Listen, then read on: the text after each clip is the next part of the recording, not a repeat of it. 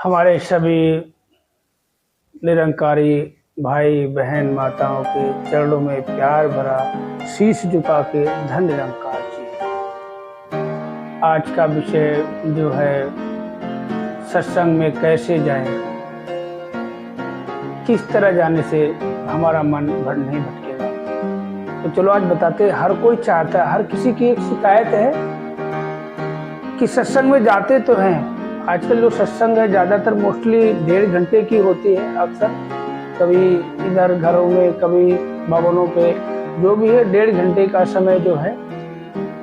तो उस 1.5 घंटे में हम पहुंचते हैं 1 घंटे के लिए। 7:30 से मान लो हमारे भवन पे यहाँ पे 7:30 से 9 का समय है, तो 8 बज के कुछ मिनट में पहुंचता है, मतलब 1 घंटे में। 1 घंटे में 60 मिनट, और 60 मिनट में हमारा मन वहाँ 10 मिनट भी नहीं टिकता। ये हर किसी की शिकायत है ना। हर किसी की शिकायत है कि मन जो है, मन को हम वहाँ रोक नहीं पाते हैं। अगर अपने आप की भी बात, अपनी बात बता रहा हूँ, अपने साथ भी ऐसा आता, कोई ऐसा वचन आता है, कोई ऐसी बात आती है, और जिस तरह की बात आती है उससे रिलेटेड कुछ होता है ना, तन मन तुरंत वहीं चला जाता है ना। आप सभी का भी चला जाता है ना, सभी का यही हाल है। क्योंकि कहते हैं कि जो नींद पड़ के सो जाए वो करवट लेना क्या जाने, और जिसके सीने में दर्द नहीं वो दूसरों का दर्द क्या जाने। क्योंकि ये दर्द हमारे अंदर भी है, तो हम महसूस कर सकते हैं कि हमारे कहीं चोट लगी तो हमारे दर्द है, तो आपके है तो आपके दर्द वही दर्द हो सकता है, महसूस वही कर सकता है। आप बीती, जब वही घटना खुद पे बीती तो इंसान महसूस कर सकता है। तो आज का विषय यही है। देखो, बहुत ही अच्छी बात बताऊंगा। जो भी हमारे वीडियो को देख रहा है पूरा देखिए, 1 सेकंड का भी मिस नहीं करना, दौड़ाना नहीं है कि पता नहीं कौन। देखो, बहुत अच्छी बात है, अपने दिमाग में बात आई कि किस तरह से क्या करना चाहिए। आपको पहले वाले वीडियो में बता चुका हूं मैं कि क्या करना चाहिए, क्या नहीं करना चाहिए। तो सत्संग में किस तरह से जाएं, सत्संग में किस तरह जाएं कि हमारा जो मन है, अगर हम 1 घंटा बैठे हैं तो 1 घंटे के जो वचन होते हैं, आधे घंटे के वचन होते हैं, वो पूरे जो वचन है हमारे पूरे दिमाग में रिकॉर्ड हो जाएंगे, और रिकॉर्ड होने के बाद वही हमारे दिमाग में घूमता रहेगा 24 घंटे। तो ऐसा क्या करना चाहिए? बहुत ही आज का वीडियो बहुत ही इंपॉर्टेंट है, इसको मिस नहीं करना। हर किसी की शिकायत है कि मन टिकता नहीं। सत्संग जाते तो हैं, शरीर से जाते तो है, मन करता तो आज सत्संग चलते हैं।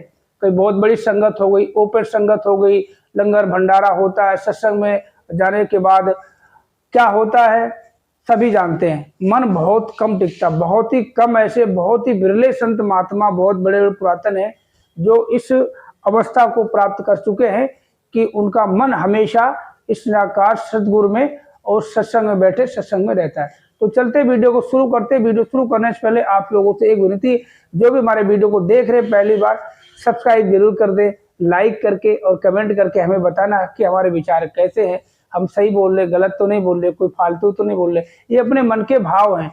कभी रास्ते चलते चलते कोई मन में एकदम अचानक से भाव उठ गया कि ऐसा क्यों हो रहा है। पिछला जो वीडियो था, हमें जो बताया था बाबा जी, जो हमारे सामने 36 साल ही क्यों रहे, क्यों हमें छोड़ के चले गए उस रूप में, और माँ के रूप में क्यों हमारे सामने आए। ये हमारी गलती थी, हम बता चुके हैं, और आप लोग वीडियो देख सकते हो। मगर इस वीडियो को स्किप नहीं करना, लाइक जरूर करना, कमेंट करके हमें बताना, और शेयर भी करना, और सबसे पहले सब्सक्राइब करना। तो चलते वीडियो को शुरू करते हैं। तो बात ही बहुत ही बड़ी है, और बहुत ही विचित्र बात है, और बहुत ही कठिन बात है कि सत्संग हम कैसे करें। सत्संग करने का तो मन बहुत करता है, सत्संग भागने का बहुत मन करता है, सेवा करने का बहुत मन करता है कि हमें काश हमें सेवा मिल जाए, किसी तरह की सेवा मिल जाए, सत्संग मिल जाए, हम रोज सत्संग करें, रोज करने का मन करता है। मगर बाबा जी तो कहते थे ना कि काम भी जरूरी है। हाथ जो है काम करने के लिए दिए, काम भी करो। अगर काम करके कमाई नहीं करोगे तो परिवार का लालन पोषण कैसे करोगे? ये नहीं देता, परमात्मा ही है, मगर परमात्मा ने जरिया हर किसी को दे रखा है। सत्संग वो एक अलग जरिया है, आध्यात्मिक के लिए है, आत्मा की मुक्ति के लिए ये भी हम आपको अगले वीडियो में यही बताएंगे कि हम मुक्त कैसे हो सकते हैं, 100% लाभ होगा। तो कहने का भाव है कि बाबा जी ने सब कुछ बता दिया कि पैरों से चलो, अपना काम करो, आंखों से देखो, मन से दिमाग से सोचो, जुबान से बयां करो और हाथों से मेहनत करो और सत्संग जाओ, सेवा भी करो, सत्संग भी करो, सुमरन भी करो, सब कुछ करना चाहिए। तो कहने का आज भाव यही है कि सत्संग में हम किस तरह जाएं, जो मन हमारा टिका रहे। किसी का मन टिका नहीं रहता है, आज का विषय यही है। और बहुत ही अच्छी बात बताने जा रहा हूँ, वीडियो देखना जरूर, स्किप नहीं करना और शेयर भी करना, अपने ग्रुप में शेयर करना, सब्सक्राइब कराओगे तो अच्छा रहेगा। और जो भूल हो जाती है, कुछ गलती हो जाती है, कुछ ज़्यादा शब्द निकल जाते हैं तो दास को माफ़ करना। और कोई हमारे वैसे जो पहले के सब्सक्राइबर्स जो हैं हमारे ब्लॉगिंग के जो हैं, अगर वो भाई देख रहे हैं, अगर अच्छा लगता है तो कमेंट करके हमें ज़रूर बताना।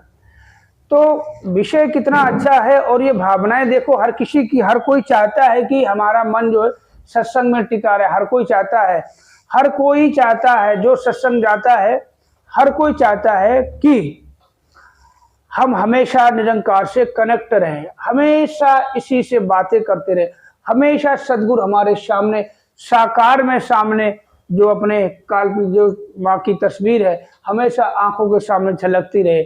माता जी की आंखें, चेहरा हमेशा हर चीज में झलकता रहे और निरंकार तो हमारे साथ हमेशा है और इसी से हम बातें करते रहे, इसी से कनेक्ट कर बने रहे हमेशा और हमारा मन बिल्कुल ना भटके। हर कोई सोचता है, हर किसी संत महात्मा की यही एक बहुत ही बड़ी समस्या है। तो इस समस्या से निजात पाने के लिए एक बहुत ही अच्छा रामबाण, एक अपने अंदर एक भावना उत्पन्न की हम अगर ऐसा करके देखें तो हो सकता है, हो सकता नहीं हो जाएगा। आप भी कहोगे बात तो सही बता रहे हैं कि हम कहां पे बहुत ही अच्छी मन की बात, जो मन टिकाने वाली बात की मन टिके, मन कहीं भागे ना। तो क्या करना चाहिए? आपने देखा होगा कि बहुत ही बातें ऐसी होती है कि हम उन बातों को कहते हैं कि अगर हमारे दिमाग से उतर गई तो बहुत अनर्थ हो जाएगा। बहुत सी बातें ऐसी आती हैं, हम पूजा पाठ कराते हैं, पंडित आता मंत्रोच्चारण करता है, हम कितने ध्यान से जब वो मंत्र करता हम अपने हाथों में आहुति ले लेते हैं ना बहुत से लोग कि पंडित कब स्वा बोले और तुरंत हमें डालना है। तो उसके स्वा बोलने का हम इंतजार करते हैं, उसका मन हमारा कहीं भी बस देखा मंत्र पढ़ने के बाद स्वा कर दिया, तुरंत डाल दिया कि हमें डालना है, उस वक्त तो डालना है। और बहुत सी ऐसी बातें हैं कि हमें ये बातें बहुत ही ध्यान से सुननी पड़ती हैं कि मन कहीं भटकता नहीं, कि हम ये सोचते हैं कि अगर मन वहां चला गया तो हमारा बहुत बड़ा नुकसान हो जाएगा। मगर सत्संग में हम ऐसा नहीं सोचते हैं। सत्संग जाते समय हम बहुत कुछ अच्छा अच्छा सोचते हैं, मगर सत्संग में जब बैठ जाते हैं मन वहां, देखा है, क्योंकि जैसे कि कहते कि अगर हमें कोई समस्या परेशान कर रही है, कोई चीज से हम परेशान हो रहे हैं, किसी की वजह से परेशान हो रहे हैं, और वही हम सोच सकते हैं कि अगर हम परेशान है तो हो सकता है हमारे सामने वाले, क्योंकि वहीं बैठ के हम खाते, वहीं हम पीते, हमारे साथ खाने पीने वाले, अगर हम यहाँ बैठे हैं, अगर हमें गर्मी यहाँ लग रही है तो हमारे सामने साथ जो 4-5 बैठे उनको भी तो गर्मी लग रही होगी, उनको भी तो सर्दी लग रही होगी। अगर यहाँ बैठ के हमें धूप में बैठे हमें प्यास लग रही है तो और संगी साथी को प्यास लगी होगी। ये जायज़ सी बात है, ये 100% सही है। तो अपने आप में यही एक बात उत्पन्न हुई कि सत्संग में हम किस तरह बैठे, और जो वचन आते, संत महात्माओं के वचन आते, उसके बाद सदगुरु के वचन जो आते हैं हमारे सामने, जो कई बार क्या होता है कि हमें सदगुरु माता जी की हजूरी में सत्संग करने का अवसर प्राप्त होता है, तो वो तो हमारे सामने साक्षात स्त्री लोक का स्वामी बैठा होता है। फिर भी हमारा मन कई बार भटक जाता है, हम कोशिश पूरी करते हैं मगर भटक ही जाता है। कई बात ऐसी होती है जो हमें कानों में तो आती है मगर हमारे दिमाग में वो उतरती नहीं है, उतर नहीं पाती है, हम समझ नहीं पाते। सत्संग से बाहर जाते हैं तो क्या होता है कि वो बातें हम भूल जाते हैं, क्योंकि जब बातें हमारे दिमाग में गूंजती रहेंगी, अब जैसे आपने देखा होगा कई बार हम कोई अच्छा गाना सुन ले, या पार्टी शादी में, आजकल माहौल में हम शादियों में जाते हैं तो क्या देखते हैं कि डीजे चल रहा होता, बहुत सारे गाने चलते हैं, बहुत सारे गाने चलते हैं और म्यूजिक भी चलता है और डांस भी होता है। तो किसी का डांस बहुत अच्छा होता है तो वो हमारे आंखों के सामने घूमता रहता है, डांस बहुत अच्छा है, गाना बहुत अच्छा है। तो ऐसा हमें बार बार मन हमारा वही आता है, बार बार हमारा मन वही आता है। तो क्या होता है, ऐसे ही अगर हम कोई ऐसी बात हमारे दिमाग में आ जाए कि हम, तो बार बार मन हमारा वही आता है। मगर क्या है कि अब हमें वो माहौल कभी कभार मिलता है, शादी ब्याह का, डांस का, गाने का कभी कभार मिलता है। मगर जो सत्संग का है हम रेगुलर नित्य प्रति करते रहते हैं, फिर भी हमारा मन भटकता है। हम कोशिश करते हैं हमारा मन भटके ना, मगर क्या करें, हम बेबस हैं, हमारे पास ऐसा जरिया नहीं है, हमें उस चीज का ज्ञान नहीं है कि मन को हम काबू कैसे करें। बस इतना बता दिए, इस निरंकार में खोए रहो, निरंकार के प्रति हमेशा आप इसके प्रति हमेशा मतलब प्यार रखो, निरंकार का एहसास रखो, खाने में, पीने में, कहीं आने में, जाने में, सोने में, कि हमेशा साथ रहता, कभी साथ छोड़ता नहीं है। तो हमेशा इसके एहसास में बनाए रखना अपने आप को। तो निरंकार के एहसास से बनाए रहने से भी हमारा मन भटक जाता, क्योंकि निरंकार तो अंगसंग है, वो अदृश्य है, दिखता तो नहीं, इन आंखों से दिखता तो नहीं, मगर दिखाई तो देता है। ये जो भी दिख रहा है यही तो है। तो फिर मन भटकता। अब हमें जो चीज सत्संग की बातें हैं हमारे दिल में उतरती क्यों नहीं है, यही बात है ना। और बातें हम भूल क्यों जाते हैं। आपने देखा होगा, चलो धीरे धीरे वहीं पे आते हैं कि हम जो आपको बताना चाहते हैं। आपने देखा होगा कि हम एक डॉक्टर के पास जाते हैं और डॉक्टर आपके कोई भी मतलब किसी को भी बहुत बड़ी समस्या है, बहुत बड़ी बीमारी है, और डॉक्टर जब दवाई बताता है, दवाई बताता है, ये दवाई सुबह शाम लेना, ये सुबह खाली पेट लेना, ये खाना खाने से 10 मिनट पहले लेना, और ये रात को सोने से इतने घंटे पहले लेना, ये दोपहर को खाना खाने के बाद लेना, 3 दिन के बाद दिखाना है, ये परहेज करना है, ये नहीं खाना है, वो नहीं पीना है, खाना खाना है तो कितना खाना है। इन चीज़ों को हम बहुत ही ध्यान से सुनते हैं। सुनते हैं कि नहीं सुनते हैं, बात यही है। मैं यही कहना चाह रहा था, यही दिमाग में आया कि हम देखो कि डॉक्टर की बात कितने ध्यान से सुनते हैं। क्योंकि अगर जो खाली पेट की दवाई है, डॉक्टर ने बोला इसको खाना खाने से आधा घंटा पहले लेना, और तो उसको आप खाली पेट आधा घंटा पहले ही लोगे, लोगे कि नहीं लोगे। सही बात है। और जो सुन रहा वीडियो सही बात है कमेंट करके जरूर बताएं। उसको आधा घंटा पहले आप घड़ी देखते रहोगे कि हमें 8 बजे खाना खाना, 7:30 बजे गोली आप गटक जाओगे। आधा घंटा बाद में, आधा घंटा पहले ही खा लोगे। अगर खाली पेट की गोली है तो खाली पेट ही खाओगे। अगर डॉक्टर ने बोला कि ये दवाई खाना खाने के बाद खाना है, खाली पेट नहीं खाना है, खाली पेट आप खा लोगे, तो आप क्या करते हो जरा सोचो। दवाई जो भी डॉक्टर खाना खाने के बाद बताता, खाना खाने के बाद ही लेना, उस दवाई को आप कैसे खाते हो, कितना ध्यान रखते हो। आप सभी को पता है, सभी जानते हैं कि खाना खाने के बाद दवाई खानी है। अगर खाली पेट खाना खा लोगे तो बेचैनी, घबराहट, उल्टी, चक्कर बक्कर, पता नहीं कितनी समस्या तुरंत की तुरंत आ जाएंगी। 10 मिनट में आप बेचैन हो जाओगे। इस बात का आप एहसास रखते हो कि नहीं रखते हो, रखते हो कि नहीं रखते हो। सभी रखते हैं और सभी जानते हैं। अगर कोई मरीज ऐसा है कि जो कि खाना नहीं खा सकता है, बिल्कुल खाने की स्थिति में नहीं है, मगर दवाई खाना खा के खिलाना, तो भी क्या करते, 2 बिस्कुट खा लो, चाय के साथ 2 बिस्कुट खा के दवाई खा लो। कहते हो कि नहीं कहते हो, जरूर खिलाओगे, जरूर खिलाओगे। डॉक्टर की कही बात नहीं भूलोगे, जो डॉक्टर ने कहा वही करना है। जितने बजे बोला, जैसे बोला दवाई वैसे ही हम लोग खाते हैं। खाते कि नहीं खाते।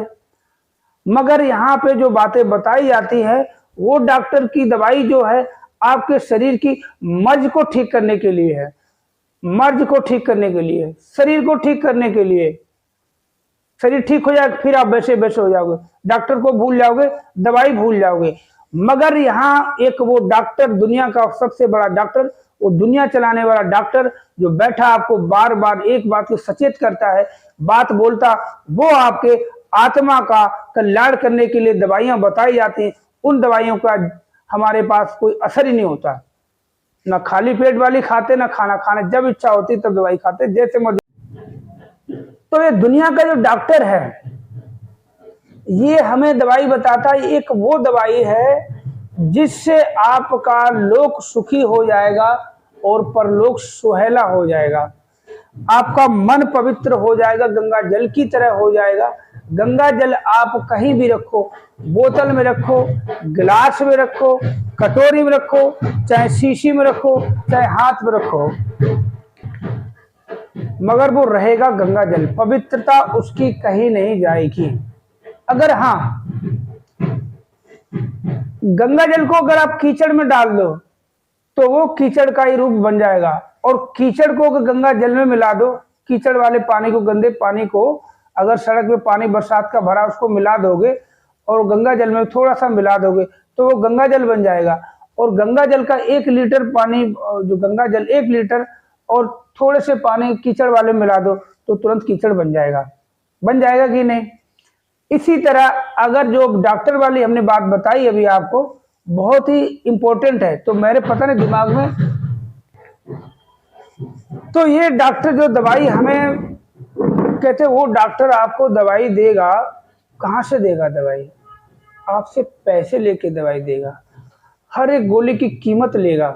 मगर यहाँ तो जो है आपसे कोई पैसे नहीं लिए जाते, मुफ्त में आपको दवाई दी जाती है कि आपका कल्याण हो जाएगा, आत्मा का कल्याण हो जाएगा, आपका मन पवित्र हो जाएगा। उस दवाई को हम ऐसे ही कहते, फ्री के लड्डू किसी को अच्छे नहीं लगते हैं। आपने देखा होगा, लंगर होता, भंडारा होता है, होता कि नहीं होता? लंगर होता है तो क्या करते लोग, कभी कुछ खाते थोड़ा बहुत। आजकल नवरात्रे में और भी ऐसे ऐसे बहुत ही ऐसे समय आते हैं जहाँ लोग रास्ते में लंगर, आलू पूरी सब्जी हलवा बांटते हैं। तो मैंने देखा है, बहुत जगह देखा है कि पूरी पड़ी रहती है, साइड में सब्जी पड़ी रहती है, क्योंकि वह फ्री में। और होटलों में जाते तो क्या होता है, होटलों में जाते हो भाई, इतने प्लेट में चाट जाते हो यार, सब लोग चाटते हो कि नहीं भाई, कीमत दी है, एक बढ़िया मजा आ गया। वहां तो सारी प्लेट ही खाली कर दोगे और ऊपर से 10-50 को फालतू में खाना परोसने वाले को दे दोगे। घर में देखो, बच्चे खाना बनाते हैं, किसी पत्नी खाना बनाती, माँ खाना बनाती, अच्छा खाना बनाती है, कभी टिप दी है? कभी कुछ नहीं। और नुक्स निकालने चक्कर हर कोई पड़ा रहता है। मैं भी ऐसे करता हूँ, कई बार नमक नहीं है, कभी ऐसा हो गया, कभी वैसा हो गया, सब्जी अच्छी नहीं है। मगर अब धीरे धीरे बहुत समय से हो गया कि एक बार क्या आपको बताता हूँ, घर में अक्सर टोका करता था, क्योंकि बीच बीच ये बातें बतानी चाहिए कि इससे भी सीख मिलती है, अपनी बातें बतानी चाहिए। क्या हुआ कि अक्सर घर में दाल में तो ये ऐसी दाल बनाई, चावल देखो कैसे ज्यादा पका दिए। तो एक बार क्या हुआ, कहते ना परमात्मा एहसास जरूर दिलाता है कि देखो जो चीज घर में वही चीज यहाँ पे है, फिर तुम उसको गलत क्यों ठहरा रहे हो और यहाँ तुम नतमस्तक हो रहे हो। हम सत्संग में जाते हैं, लंगर होता, खाना अगर जमीन पे गिर जाता उठा के खा जाता मैं। संत महात्मा को चरणों पे हाथ लगा के फिर क्या हाथ धोके नहीं, ऐसे खा जाते हैं। घर में जरा टच हो हाथ धोता, अब ये चीज छोड़ दी। अब एक बात हो, एक बार क्या हो कि हम ऐसे ही घर पे चावल ज्यादा हो गए, पक गए, वैसे बन गए, कभी बासमती कभी कुछ, तो देखा कि एक बार क्या हो कि वैसे ही घरेलू चावल, चिपके चावल और वैसी दाल। अब मैं बैठा, एकदम से ख्याल आया, बड़े चाव से खा रहा तू, तो घर में तू बोलता ये चावल है, ये दाल है। बेटा जो ये है प्रसाद, अगर इसको प्रसाद कह रहा है तो यही चावल वो है और यही दाल वो है। उस दिन से लेके आज तक ना जाने कितने महीनों बीत गए, ये जो हमने छोड़ दिया। चावल जैसे है चावल है, दाल जैसी है दाल है, नमक कम ज्यादा वो तो चल जाता है, खा लो जो भी है।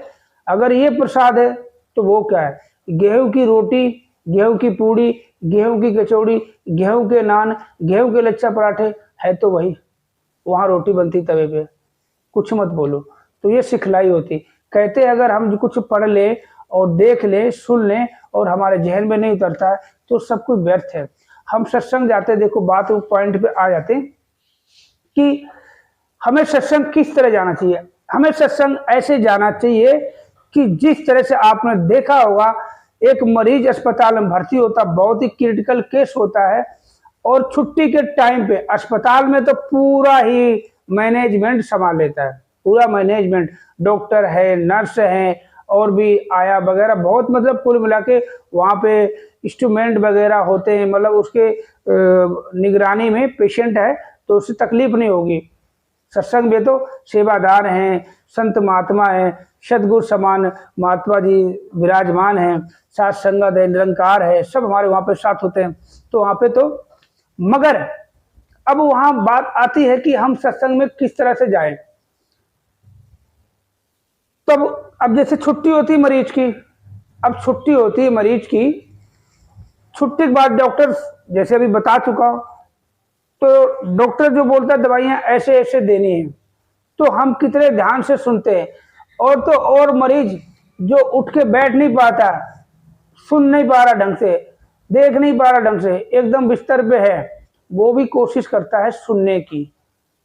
और दवाई जब को खाता है ना तो बोलता अरे दवाई ऐसे नहीं, पीली वाली अस्पताल में खाना खाने के बाद खाते थे, ये दोनों ऐसे मिला मिला के खाते थे, ये ऐसे नहीं देते, ऐसे देते, तो मरीज भी बोल पड़ता। तो हमें सत्संग में किस तरह जाना चाहिए? हमें सत्संग में इस तरह से जाना चाहिए कि छुट्टी हो गई, डॉक्टर ने सब कुछ बता दिया, दवाइयां लिख दी, दवाइयां आपकी आ गई, अब चंद मिनट रहते हैं, डॉक्टर दवाई समझाता है, डॉक्टर दवाई समझाता है, परहेज बताता है, किस तरह मरीज को रखना है, कितने टेम्परेचर मरीज को रखना, कैसे मरीज को लिटाना है, कब इसको नाश्ता देना है, बड़े ही ध्यान से हम सुनते हैं। आपको पता अस्पताल छोड़ने के बाद घर आएंगे, फिर घर से अस्पताल कौन जाएगा, फोन करेंगे डॉक्टर उठाए ना उठाए, तो वो बातें बहुत ही ध्यान से सुनते हैं कि जरा सी अगर हमारी मिस्टेक हो गई तो हो सकता हमारा मरीज का राम नाम सत्य हो जाए, हो सकता मरीज हमारा मर ना जाए, हो सकता कोई प्रॉब्लम ना आ जाए, सीरियस ना हो जाए, फिर हमें भागना पड़े। तो ऐसे ही सत्संग में हमें इसी तरह जाना चाहिए कि अगर हमने एक भी शब्द हमने कहीं दिमाग में नहीं डाला, दिमाग से उतार दिया, तो हमारा नुकसान हो जाएगा। ये सोच के चलना चाहिए हमारा नुकसान हो जाएगा। ये नहीं कि चलो कोई नहीं, थोड़ा सा सुना सत्संग में तो गया, प्रसाद तो मिला, नमस्कार ही कर ली, सब कुछ कर दिया, नमस्कार ही कर ली, धन्यकार कर लिया, सब कुछ कर लिया, कोई बात नहीं। इतने आधे घंटे के वचन में, मतलब 30 मिनट के वचन में 3 मिनट के तो हमें जो शब्द अभी तक याद है, एक घटना बताई थी वो तो याद है नहीं, एक दवाई बताई थी बाकी तो सब भूल गए, ऐसा होता है? ऐसा नहीं होता, क्योंकि वो शरीर की बात है। शरीर ठीक रहे, शरीर की सुविधाएं ठीक रहे, गाड़ी बंगला ठीक रहे, ठीक है ना, एसी ठीक रहे, कूलर ठीक रहे, गद्दे ठीक रहे, चद्दर बिस्तर ठीक रहे, बाकी के बाढ़ में। सत्संग तो करते रहेंगे, कल्याण हो जाएगा, चलते रहो चलते रहो चलते रहो चलते रहो चलते रहो, पता ही नहीं हम कहाँ जा रहे हैं। ये तो चलते रहे। कहते हैं कि उस आदमी की समझो मृत्यु हो चुकी है जिस आदमी को ये नहीं पता है कि अब हम इस समय कहाँ हैं और किधर जा रहे हैं, वो समझो मरा हुआ इंसान है। हमें पता है कि हम कहाँ जा रहे हैं, तब तो पता, अगर हमें पता, अब जैसे बहुत समय से हमारे मन में यही बातें बार बार आती हैं, तो इसलिए सोचा कि हम अपने तक बात रखने से कोई फायदा नहीं। कहते हैं कि ज्ञान बांटने से बढ़ता है। वैसे तो आप सभी ज्ञानी हो, महापुरुष हो, और कहते हैं जो आप खुद की बातें शेयर करेंगे, देखो किताबों की बातें आपने देखा होगा, सत्संग भी ऐसे नहीं।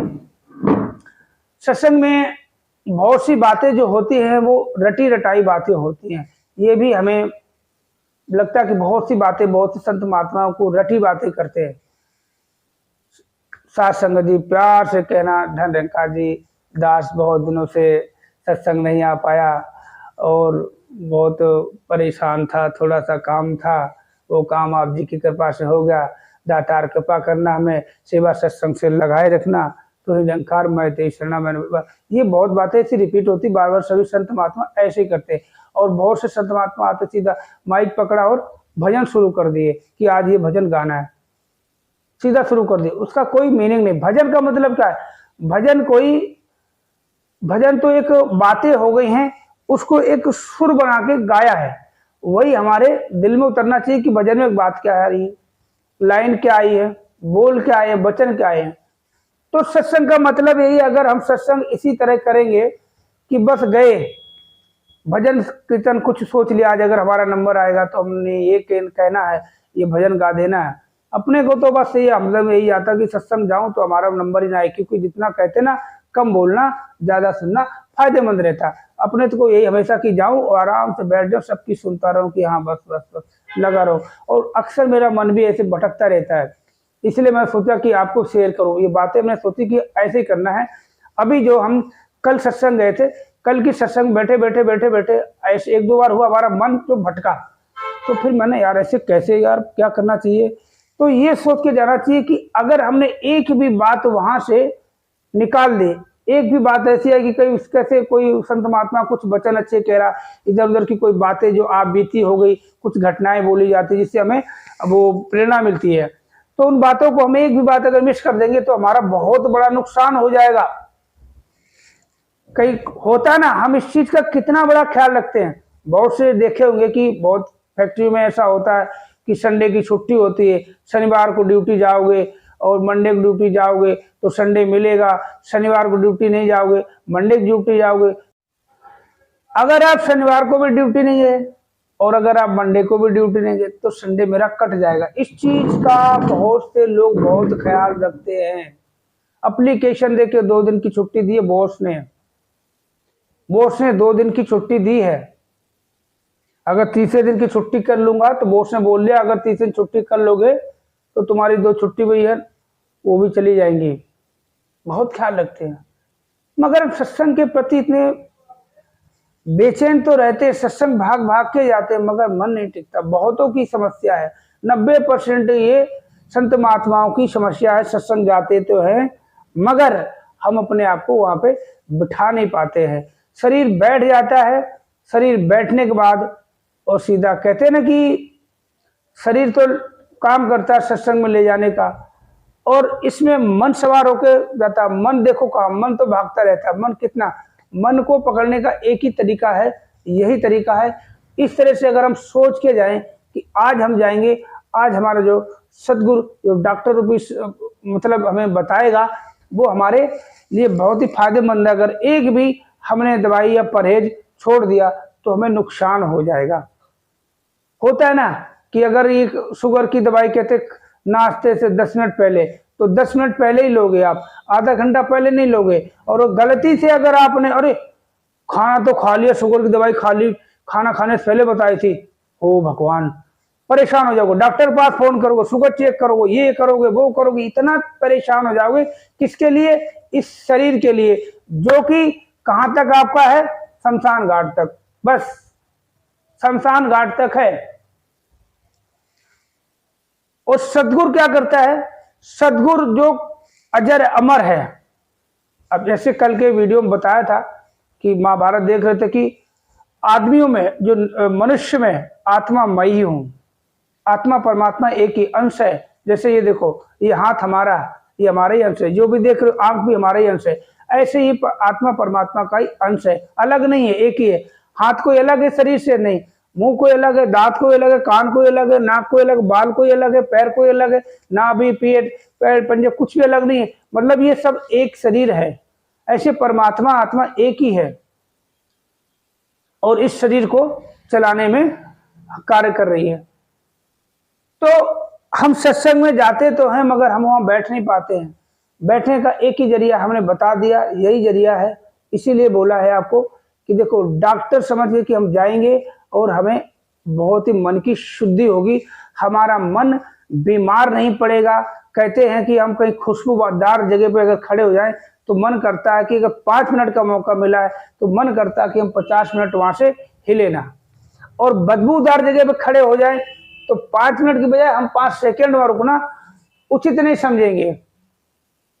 यदि किसी कारण बस वहां रुकना पड़ जाए कि यहाँ रुकना तो पड़ेगा, मजबूरी है, तो हम नाक में कपड़ा लगा लेंगे, नाक बंद कर लेंगे, कभी कुछ ऐसा प्रयत्न करते हैं। तो वहां पे दवाई जो मिलती है मन को शुद्ध करने की, आत्मा का कल्याण करने की, ये सबसे बड़ी दवाई है। और ये दवाई कोई दुनिया का वैसे कोई डॉक्टर आपको देने वाला नहीं है।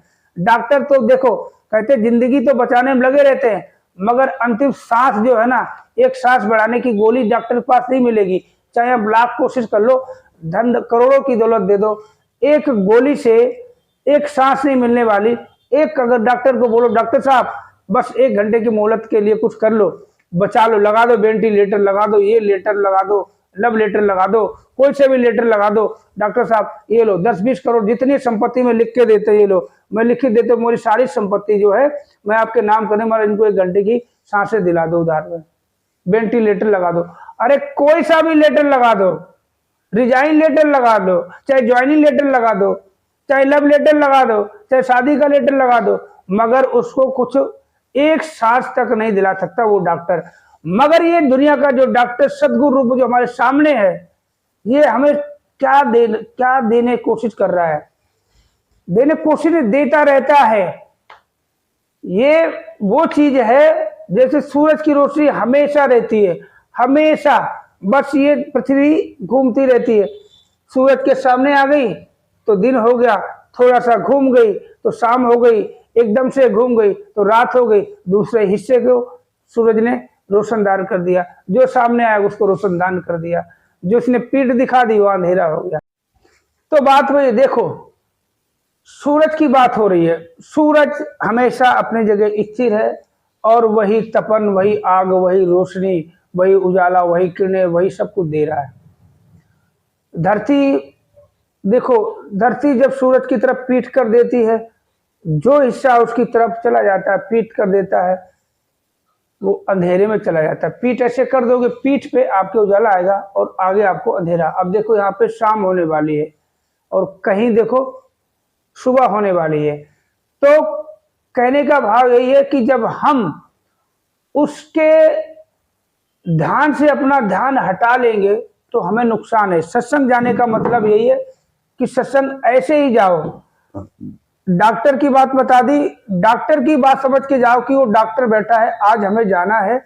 आज हमारे मन ने, मान लो सप्ताह में एक संगत करते हो आप, और संगत एक ही करते हो, और पूरे मतलब आप सोमवार मंगलवार, मान लो सोमवार संगत करते हो, सोमवार संगत करके मंगल बुध वीरवार शुक्र शनिवार एतवार तक आपने कितने लोचे किए, कितने झमेले किए, कितने झगड़े किए, कितनों को गालियां दी, कितनों के प्रति आपके मन में ईर्ष्या उत्पन्न हुई।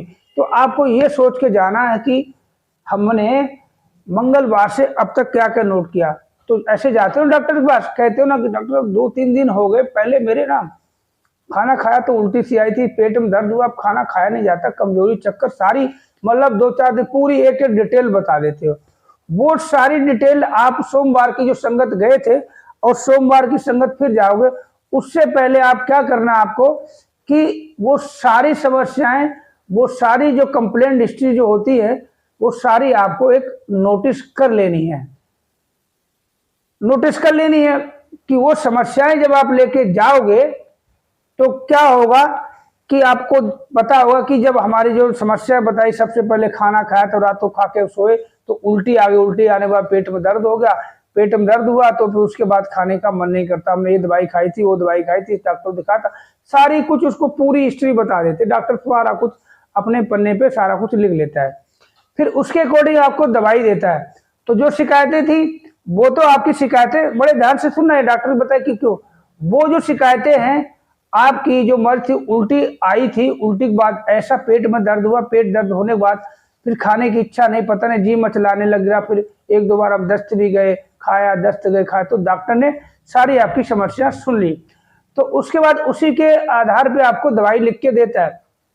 वो समझ गया कि उल्टी आपको क्यों आई, क्योंकि आपने कुछ हैवी डाइट ले ली हो, कुछ ऐसा खा लिया वो डाइजेस्ट नहीं हुआ, गैस बन गई, गैस पास नहीं हुई तो उल्टी आ गई, आपने वॉकिंग नहीं की तो समझ गया डॉक्टर, तो बोल दे खाली पेट ये लेना, इसके बाद ये लेना, इसके बाद, तो वो सारी समस्या आपकी दूर हो गई।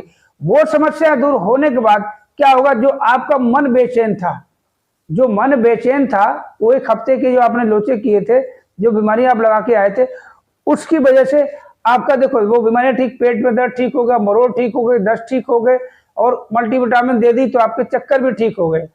अब धीरे धीरे आपको भूख भी लगने लगी, क्योंकि खाली पेट गैस की गोली वो सबसे पहले खिलाता है। खाली पेट गोली खाने के बाद एलोपैथ दवाई जो है गैस बनाती है, तो वो दो दवाई गैस नहीं बनाएगी, तो आपको धीरे धीरे भूख भी लगेगी, भूख का मन करेगा, थोड़ा थोड़ा खाना स्टार्ट करो, चक्कर बक्कर आपके सब बंद हो जाएंगे।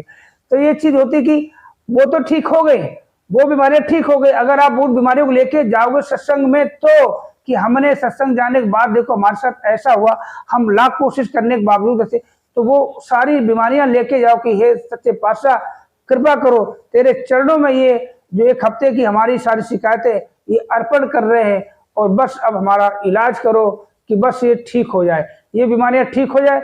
वही बीमारियां हैं, वही बीमारियां आगे भी चलेंगी। वो पुश्तैनी बीमारी होगी हमारी, जो मन की बीमारी है पुश्तैनी है, जो अभी सत्संग से निकलने के बाद मन में बुरे ख्याल आना, किसी ने कुछ कह दिया तो उसको आपने बुरा बोल दिया, आगे भी बोलोगे, तो ये पुश्तैनी मन की बीमारी पुश्तैनी है। इसको कैसे रोकना?